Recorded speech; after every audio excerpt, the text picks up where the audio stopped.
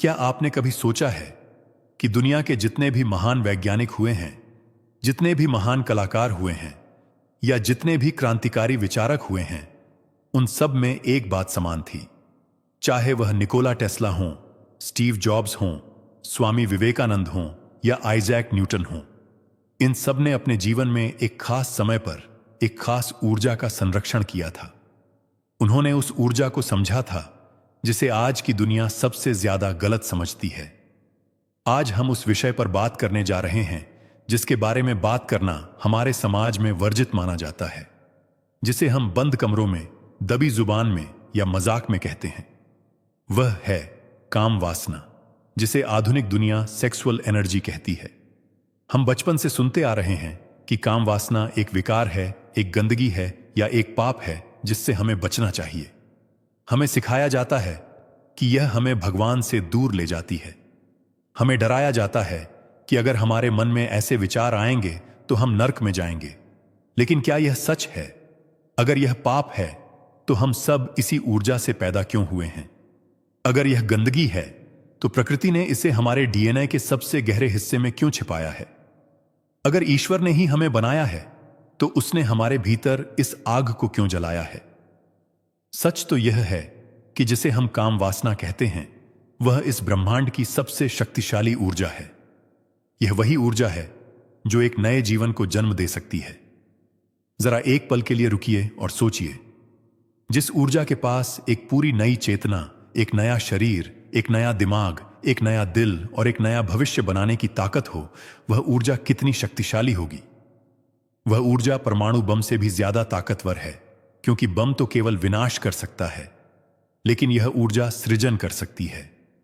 और अगर उस ऊर्जा का उपयोग केवल बच्चे पैदा करने के लिए न किया जाए, बल्कि उसे अपने ही भीतर रोककर ऊपर की ओर मोड़ दिया जाए, तो वह आपके अपने शरीर और दिमाग के साथ क्या कर सकती है। आज अखंड धारा पर हम काम वासना के उसी गुप्त विज्ञान को डिकोड करेंगे जिसे योगी हजारों सालों से जानते थे, लेकिन जिसे आधुनिक दुनिया ने भुला दिया है। आज आप जानेंगे कि कैसे यह कच्ची ऊर्जा, जिसे आप रोज बर्बाद कर रहे हैं, असल में आपके शरीर का सोना है। यह वह ईंधन है जो आपको जीनियस बना सकता है, आपको बीमारियों से बचा सकता है और आपको ईश्वर के करीब ले जा सकता है। यह काम वासना से राम वासना तक की यात्रा है। यह वासना से उपासना तक का सफर है। तो चलिए, अपने पूर्वाग्रहों को, अपनी पुरानी सोच को एक तरफ रख दीजिए और विज्ञान की नजर से देखिए उस आग को जो आपके भीतर जल रही है। सबसे पहले हमें यह समझना होगा कि यह ऊर्जा असल में है क्या। हमारे शरीर में यह बनती कैसे है। आयुर्वेद के अनुसार हम जो भोजन करते हैं वह एक बहुत लंबी प्रक्रिया से गुजरता है। सबसे पहले भोजन पचता है और उससे रस बनता है। यह रस 5 दिन तक पकता है, तब उससे रक्त यानी खून बनता है। रक्त से मांस बनता है, मांस से मेद यानी फैट बनता है, मेद से अस्थि यानी हड्डियां बनती हैं, अस्थि से मज्जा यानी बोन मैरो बनता है, और अंत में पाचन की सबसे आखिरी और सबसे शुद्ध अवस्था में जो तत्व बनता है उसे आयुर्वेद में शुक्र या वीर्य कहा जाता है। वैज्ञानिक रूप से देखें तो यह हमारे शरीर का सबसे कीमती जूस है। इसे बनने में सबसे ज्यादा समय और सबसे ज्यादा ऊर्जा लगती है।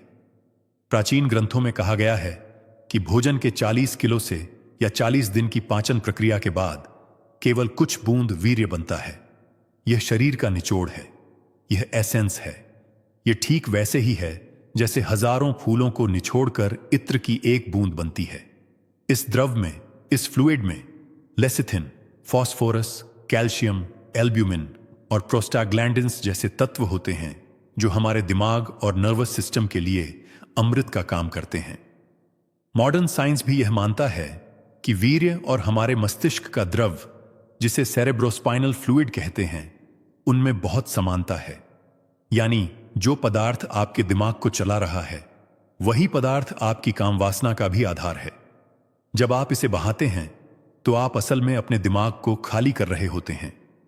प्रकृति ने इस ऊर्जा का निर्माण मुख्य रूप से एक ही काम के लिए किया है, प्रजनन, यानी अपनी प्रजाति को आगे बढ़ाना। यह प्रकृति का सुरक्षा तंत्र है। हर जीव चाहता है कि उसके जैसा दूसरा जीव पैदा हो ताकि उसकी प्रजाति खत्म न हो। इसीलिए प्रकृति ने काम वासना में इतना तीव्र सुख, इतना तीव्र आनंद छिपा दिया है, ताकि जीव उस आनंद के लालच में प्रजनन करे।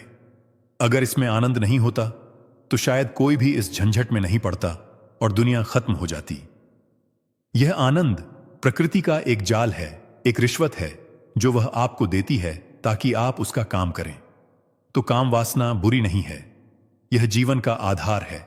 समस्या ऊर्जा में नहीं है, समस्या उसकी दिशा में है। सामान्य इंसान में और जानवरों में यह ऊर्जा गुरुत्वाकर्षण यानी ग्रेविटी के नियम का पालन करती है। यह नीचे की ओर बहती है और बाहर निकल जाती है।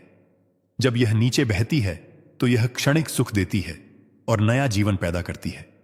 यह सुख बहुत छोटा होता है, कुछ पलों का, और उसके बाद आती है भारी थकान और अवसाद।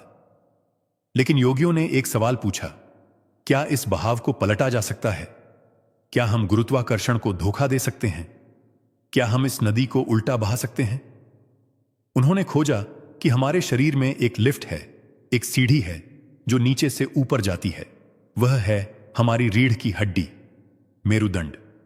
रीढ़ की हड्डी के सबसे निचले हिस्से में, जिसे मूलाधार चक्र कहते हैं, यह काम ऊर्जा सोई रहती है।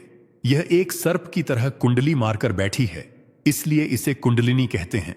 जब हम उत्तेजित होते हैं तो यह ऊर्जा हलचल करती है और बाहर निकलने का रास्ता ढूंढती है। लेकिन अगर किसी तकनीक से हम बाहर जाने वाले दरवाजे को बंद कर दें और अंदर वाले दरवाजे को खोल दें तो क्या होगा? तब यह ऊर्जा जो तरल रूप में वीर्य थी, वह सूक्ष्म रूप में बिजली बन जाती है। वह बायो इलेक्ट्रिसिटी बन जाती है और वह रीढ़ की हड्डी के बीच मौजूद सुषुम्ना नाड़ी से होती हुई ऊपर चढ़ने लगती है। इस प्रक्रिया को योग में ऊर्ध्वरेता कहा जाता है। ऊर्ध्व यानी ऊपर और रेतस यानी वीर्य। वह व्यक्ति जिसकी ऊर्जा ऊपर की ओर बहने लगी है। जब यह शक्तिशाली ऊर्जा ऊपर चढ़कर हमारे मस्तिष्क में पहुंचती है तो वहां एक चमत्कार होता है। हमारे दिमाग की कोशिकाएं, हमारे न्यूरॉन्स जो सामान्य अवस्था में सोए रहते हैं या बहुत कम क्षमता पर काम करते हैं, उन्हें अचानक एक हाई वोल्टेज ईंधन मिल जाता है।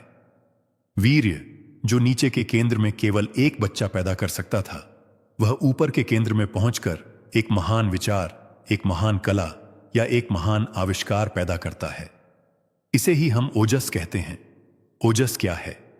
ओजस वह दिव्य चमक है जो एक ब्रह्मचारी या एक योगी के चेहरे पर दिखाई देती है। यह कोई क्रीम या पाउडर की चमक नहीं है। यह उस ऊर्जा की चमक है जो अब बर्बाद नहीं हो रही, बल्कि शरीर को अंदर से रोशन कर रही है। यह वह शक्ति है जो आपकी वाणी में वजन पैदा करती है। जिस व्यक्ति के पास ओजस है, उसकी वाणी में एक सम्मोहन होता है। वह अगर धीरे भी बोले तो दुनिया सुनती है। उसकी आंखों में एक गहराई होती है जिसमें लोग डूब जाना चाहते हैं। उसका दिमाग लेजर की तरह तेज होता है। उसकी याददाश्त फोटोग्राफिक हो जाती है। उसकी इम्यूनिटी यानी रोग प्रतिरोधक क्षमता इतनी मजबूत होती है कि बीमारियां उसे छू नहीं पाती, क्योंकि उसने अपने शरीर के सोने को नाली में बहाना बंद कर दिया है और उसे तिजोरी में जमा करना शुरू कर दिया है। लेकिन आज की दुनिया में क्या हो रहा है? आज हम एक ऐसे समाज में जी रहे हैं जहां काम वासना को हर जगह बेचा जा रहा है। हमारे फोन में, टीवी में, विज्ञापनों में, फिल्मों में, हर जगह हमें उत्तेजित किया जा रहा है। एक बहुत बड़ा बाजार खड़ा है जो आपकी कमजोरी पर पैसा कमा रहा है। नतीजा क्या है? हमारी युवा पीढ़ी अपनी इस कीमती ऊर्जा को, इस ओजस को हर रोज, हर रात बर्बाद कर रही है। हम इसे केवल एक रिलीज मानते हैं। हमें लगता है कि दबाव बन गया है, इसे निकाल दो, रिलैक्स महसूस होगा। यह रिलैक्सेशन नहीं है, यह ड्रेनेज है। लेकिन हम यह नहीं देख पा रहे कि उस 2 पल के रिलैक्सेशन की कीमत हम अपनी पूरी जिंदगी की कमाई देकर चुका रहे हैं। जब आप इस ऊर्जा को शरीर से बाहर फेंकते हैं तो आप केवल एक तरल पदार्थ नहीं खोते, आप अपनी जीवन शक्ति, अपना प्राण खोते हैं। क्या आपने कभी गौर किया है कि काम क्रिया के बाद शरीर कितना थक जाता है? मन में एक अजीब सी उदासी या खालीपन आ जाता है। फ्रेंच भाषा में इसे ला पेतित मोर्त कहते हैं, जिसका मतलब है छोटी मौत। क्यों? क्योंकि शरीर ने अपना सबसे कीमती खजाना लुटा दिया है। उस खजाने को दोबारा बनाने के लिए शरीर को हफ्तों मेहनत करनी पड़ेगी। शरीर को फिर से खून, मांस और मज्जा को निचोड़ना पड़ेगा। और अगर आप इसे बनने से पहले ही दोबारा बहा देंगे तो शरीर अपने दूसरे अंगों से, हड्डियों से, नसों से, दिमाग से ऊर्जा खींचने लगेगा। यही कारण है कि आज के युवाओं में इतनी कम उम्र में कमर दर्द, कमजोर याददाश्त, डिप्रेशन, एंग्जाइटी, घुटनों में दर्द और आत्मविश्वास की कमी देखी जा रही है। उनके चेहरे पर वह तेज नहीं है, वह चमक नहीं है। उनकी आंखें बुझी हुई हैं क्योंकि उनका ईंधन टैंक खाली है। वे बिना पेट्रोल के गाड़ी चलाने की कोशिश कर रहे हैं। वे एक बुझे हुए दिए की तरह हैं। मनोविज्ञान कहता है कि काम वासना और रचनात्मकता यानी क्रिएटिविटी एक ही सिक्के के दो पहलू हैं। नेपोलियन हिल ने अपनी प्रसिद्ध किताब थिंक एंड ग्रो रिच में एक पूरा अध्याय लिखा है सेक्स ट्रांसम्यूटेशन पर। उन्होंने सैकड़ों सफल लोगों का इंटरव्यू लिया और पाया कि जो लोग अपनी सेक्सुअल ऊर्जा को कंट्रोल करके उसे अपने लक्ष्य की ओर मोड़ देते हैं, वे ही इतिहास रचते हैं। जब आप किसी महान एथलीट को देखते हैं, किसी बॉक्सर को देखते हैं, तो आप पाएंगे कि बड़े मैच से पहले वे हफ्तों तक ब्रह्मचर्य का पालन करते हैं। क्यों? क्योंकि वे जानते हैं कि अगर उन्होंने वह ऊर्जा बहा दी तो उनके शरीर में वह आक्रामकता, वह किलर इंस्टिंक्ट नहीं रहेगी जो जीतने के लिए जरूरी है। स्टीव जॉब्स या माइक टायसन जैसे लोगों ने अपने संघर्ष के दिनों में ब्रह्मचर्य का पालन किया था ताकि वे उस आक्रामक ऊर्जा का उपयोग अपने काम में कर सकें। जब आप काम वासना को दबाते नहीं बल्कि उसका रूपांतरण करते हैं तो वह ऊर्जा आपके काम में, आपकी कला में, आपके व्यापार में उतरने लगती है। आप थकते नहीं हैं। आपके पास एक ऐसा जुनून होता है जो दूसरों को पागलपन लगता है। आप रात रात भर जागकर काम कर सकते हैं क्योंकि आपके पास ऊर्जा का बैकअप है। लेकिन यहां एक बहुत बड़ी सावधानी की जरूरत है और यहीं पर लोग गलती करते हैं। दमन बनाम रूपांतरण, सप्रेशन वर्सेस ट्रांसफॉर्मेशन। ब्रह्मचर्य का मतलब काम वासना को दबाना नहीं है। हमारे समाज में सिखाया जाता है कि सेक्स के बारे में सोचना पाप है, इसे मन से निकाल दो, अपने आप को कमरे में बंद कर लो। लेकिन आधुनिक मनोविज्ञान और योग दोनों कहते हैं आप जिस चीज को जितना दबाओगे वह उतनी ही ताकत से उछलेगी। स्प्रिंग को जितना दबाओगे वह उतना ही ऊपर कूदेगी। अगर आप जबरदस्ती अपने मन को रोकेंगे तो वह ऊर्जा अंदर ही अंदर सड़ने लगेगी। वह कुंठा बन जाएगी, वह गुस्सा बन जाएगी, वह हिंसा बन जाएगी या वह किसी मानसिक बीमारी का रूप ले लेगी। बहुत से लोग जो जबरदस्ती ब्रह्मचारी बनने की कोशिश करते हैं वे चिड़चिड़े और गुस्सैल हो जाते हैं। वे दूसरों से नफरत करने लगते हैं। क्यों? क्योंकि उनके पास ऊर्जा का बहुत बड़ा भंडार इकट्ठा हो गया है, एक बांध बन गया है, लेकिन उन्हें उसे ऊपर चढ़ाने की तकनीक नहीं पता। यह वैसा ही है जैसे आप एक प्रेशर कुकर की सीटी बंद कर दें और नीचे से आग जलाते रहें। कुकर फट जाएगा। हमें सीटी बंद नहीं करनी है, हमें उस भाप का इस्तेमाल इंजन चलाने में करना है। हमें बांध को तोड़ना नहीं है, हमें उससे नहर निकालकर खेतों में ले जाना है। तो सवाल यह है कि इस ऊर्जा को ऊपर कैसे चढ़ाएं, इसे ओजस में कैसे बदलें, इसकी प्रैक्टिकल तकनीकें क्या हैं? इसके लिए योग में बहुत सटीक विज्ञान है। सबसे पहली और सबसे महत्वपूर्ण तकनीक है रीढ़ की हड्डी को सीधा रखना। जैसे हमने पिछले वीडियो में बात की थी, रीढ़ की हड्डी वह पाइपलाइन है जिससे ऊर्जा ऊपर जाती है। अगर पाइप मुड़ा हुआ है तो पानी ऊपर नहीं जाएगा। हम अक्सर सोफे पर झुककर बैठते हैं, बिस्तर पर टेढ़े होकर लेटते हैं। जब आप झुककर बैठते हैं तो आपके पेट के निचले हिस्से पर दबाव पड़ता है और काम ऊर्जा मूलाधार चक्र में ही फंसी रह जाती है। वहां वह गर्मी पैदा करती है और काम वासना के रूप में आपको परेशान करती है। लेकिन जैसे ही आप रीढ़ सीधी करते हैं, सीना तानते हैं और गर्दन सीधी करते हैं, रास्ता खुल जाता है और ऊर्जा का प्राकृतिक प्रवाह ऊपर की ओर होने लगता है। आप खुद महसूस करेंगे कि सीधा बैठते ही वासना के विचार कम होने लगते हैं। दूसरी तकनीक है सांस का विज्ञान। काम वासना और सांस का बहुत गहरा संबंध है। क्या आपने कभी ध्यान दिया है कि जब आप कामुक विचारों में होते हैं तो आपकी सांसें कैसी होती हैं? वे तेज, उथली और अनियमित हो जाती हैं।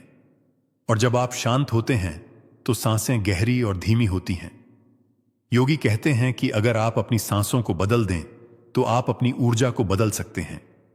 जब भी आपको लगे कि काम ऊर्जा आप पर हावी हो रही है, अपनी सांसों को गहरा कर लें।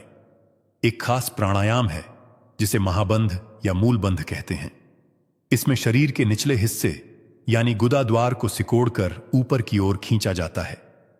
यह एक फिजिकल लॉक है जो ऊर्जा को नीचे बहने से रोकता है और उसे ऊपर धकेलता है। यह हाइड्रोलिक पंप की तरह काम करता है। इसे अश्विनी मुद्रा भी कहते हैं, जैसे घोड़ा अपनी ऊर्जा को कंट्रोल करता है। जब आप इस मुद्रा का अभ्यास करते हैं तो वीर्य की गति ऊपर की ओर हो जाती है। तीसरा रहस्य है ठंडा पानी। योगी हमेशा ठंडे पानी से स्नान करते हैं। क्यों? क्योंकि ठंडा पानी आपके नर्वस सिस्टम को एक झटका देता है। यह आपके शरीर की गर्मी को शांत करता है। जब आप ठंडे पानी को अपनी रीढ़ की हड्डी पर डालते हैं तो यह वेगस नर्व को उत्तेजित करता है और कामुक विचारों को तुरंत रोकता है। इसे हाइड्रोथेरेपी कहते हैं। गर्म पानी से नहाना आरामदायक हो सकता है, लेकिन यह कामुकता को बढ़ा सकता है क्योंकि यह शरीर में गर्मी पैदा करता है। अगर आप ब्रह्मचर्य का पालन करना चाहते हैं तो ठंडे पानी को अपना मित्र बना लें। चौथा रहस्य है विचारों का आहार और संगति। हम जैसा अन्न खाते हैं वैसा मन बनता है, लेकिन हम जैसा देखते और सुनते हैं वैसी ही हमारी ऊर्जा बनती है। आजकल हम अपनी आंखों से, कानों से कामुक सामग्री का सेवन कर रहे हैं। Social media, web series, reels, ये सब डोपामाइन का एक ऐसा लूप बना देते हैं कि हमें उसकी लत लग जाती है। डोपामाइन वह केमिकल है जो आपको कहता है और चाहिए और चाहिए। ब्रह्मचर्य का पालन करने वाले के लिए यह अनिवार्य है कि वह अपने इनपुट को बदले। अगर आप दिन भर कचरा अंदर डालेंगे तो आप उससे ओजस नहीं बना सकते। जब आप सात्विक भोजन करते हैं, ताजा फल, सब्जियां, दूध, तो शरीर में जो वीर्य बनता है उसकी क्वालिटी अलग होती है। वह ठंडी प्रकृति का होता है। वह उत्तेजना पैदा नहीं करता, वह स्थिरता पैदा करता है। लेकिन अगर आप राजसिक और तामसिक भोजन करते हैं, जैसे बहुत ज्यादा मिर्च मसाला, मांस, लहसुन, प्याज, तो आयुर्वेद कहता है कि ये चीजें शरीर में गर्मी पैदा करती हैं। लहसुन और प्याज को कामोत्तेजक माना गया है, इसीलिए साधु संत इनका परहेज करते हैं। यह भोजन वीर्य को पतला करता है और मन को चंचल बनाता है। अब एक बहुत गहरे आध्यात्मिक सत्य की ओर चलते हैं। शिव और शक्ति का मिलन। हमारे शरीर का बायां हिस्सा शक्ति, स्त्री है, और दायां हिस्सा शिव, पुरुष है, काम वासना। असल में इन दो ध्रुवों के मिलन की तड़प है। जब एक पुरुष एक स्त्री को चाहता है तो वह असल में अपनी ही खोई हुई नारी ऊर्जा को बाहर ढूंढ रहा होता है, और स्त्री अपनी पुरुष ऊर्जा को ढूंढ रही होती है। यह बाहर का मिलन क्षणिक सुख देता है, लेकिन योगी अपने भीतर ही शिव और शक्ति का मिलन करा देता है। जब कुंडलिनी ऊर्जा शक्ति ऊपर उठकर सहस्रार में बैठे शिव से मिलती है तो वह परम आनंद घटित होता है। उस आनंद के सामने शारीरिक मिलन का सुख फीका पड़ जाता है। संतों ने उस आनंद को ब्रह्मानंद कहा है। यह एक ऐसा नशा है जो कभी नहीं उतरता। जब किसी को वह आंतरिक रस मिलने लगता है तो उसकी बाहर के रसों में रुचि अपने आप खत्म हो जाती है। उसे फिर किसी को दबाना नहीं पड़ता, चीजें अपने आप छूट जाती हैं। जैसे अगर बच्चे को हीरा मिल जाए तो वह अपने आप कंकड़ पत्थर फेंक देगा, उसे कहना नहीं पड़ेगा। ब्रह्मचर्य कोई त्याग नहीं है। लोग सोचते हैं कि ब्रह्मचारी ने जीवन के मजे छोड़ दिए, बेचारा। नहीं, यह सबसे बड़ी गलत फहमी है। ब्रह्मचारी ने तो वह मजा पा लिया है जो आप सपने में भी नहीं सोच सकते। उसने कंकड़ पत्थर छोड़कर हीरे चुन लिए हैं। वह ऊर्जा जो आपको गुलाम बनाती है, ब्रह्मचारी उसका मालिक बन जाता है। एक सामान्य इंसान अपनी वासनाओं का गुलाम है। एक छोटी सी तस्वीर, एक छोटा सा विचार उसे हिला सकता है।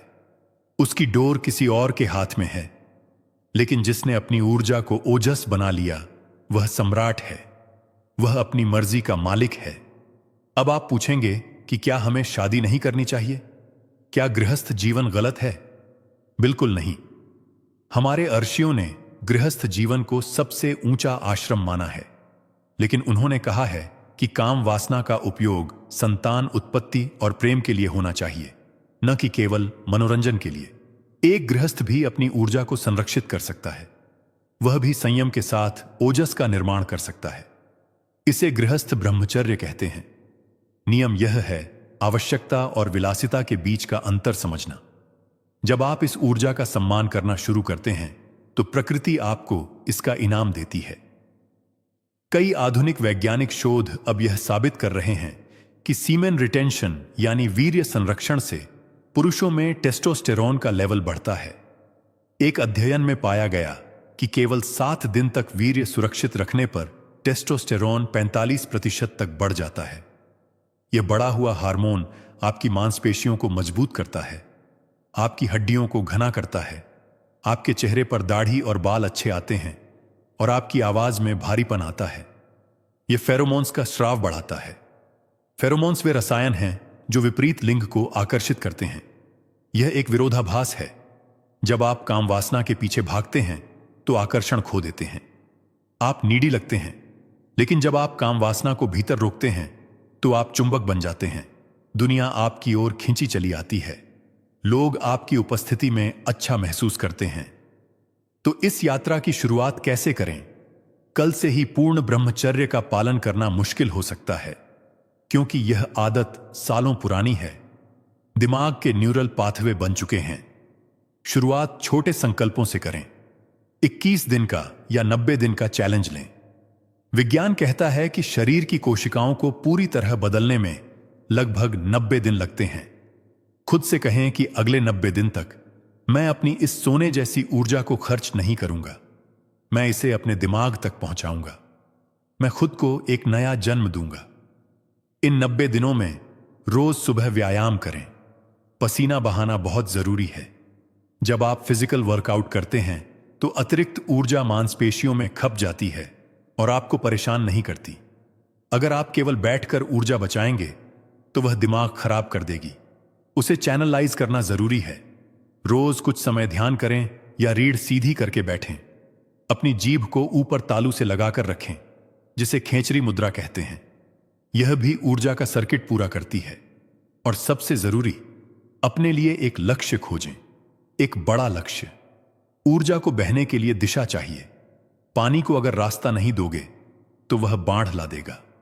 अगर आपके पास जीवन में कोई लक्ष्य नहीं है, कोई पैशन नहीं है, तो वह ऊर्जा जमा होकर आपको परेशान करेगी और अंत में नीचे के रास्ते से बह जाएगी। लेकिन अगर आपके पास एक जुनून है, चाहे वह बिजनेस हो, पढ़ाई हो, कला हो, संगीत हो या समाज सेवा हो, तो यह काम ऊर्जा अपने आप उस जुनून में बदल जाएगी। काम वासना वह कच्चा तेल है, वह क्रूड ऑयल है, जिसे रिफाइन करके आप अपनी जिंदगी का रॉकेट उड़ा सकते हैं। जब आप काम कर रहे हों और आपको थकान लगे तो अपनी इस संचित ऊर्जा को याद करें। यह आपको थकने नहीं देगी। अंत में खुद को दोषी मानना बंद करें। अगर आपसे गलती हुई है, अगर आपने अतीत में ऊर्जा बर्बाद की है, तो गिल्ट में न जिएं। गिल्ट ऊर्जा को और ज्यादा नीचे गिराता है। हर नया सवेरा एक नया मौका है। शरीर में अद्भुत क्षमता है रिकवरी की। अगर आप आज से भी शुरुआत करते हैं तो अगले कुछ महीनों में आप बदलाव महसूस करेंगे। आपकी आंखों की चमक लौटने लगेगी, आपका दिमाग शांत होने लगेगा, आपके भीतर एक अकारण खुशी, एक आनंद का झरना फूटने लगेगा। यही ब्रह्मचर्य का उपहार है। आप खुद को शीशे में पहचान नहीं पाएंगे। याद रखिए, आप एक न्यूक्लियर रिएक्टर हैं। आप मिट्टी को सोने में बदलने के लिए पैदा हुए हैं। काम वासना वह मिट्टी है और ओजस वह सोना है। प्रक्रिया आपके हाथ में है। क्या आप इसे नाली में बहाकर 2 पल का मजा लेना चाहते हैं और फिर रोना चाहते हैं, या इसे दिमाग में चढ़ाकर अनंत काल का आनंद और शक्ति पाना चाहते हैं? चुनाव आपका है। धन्यवाद।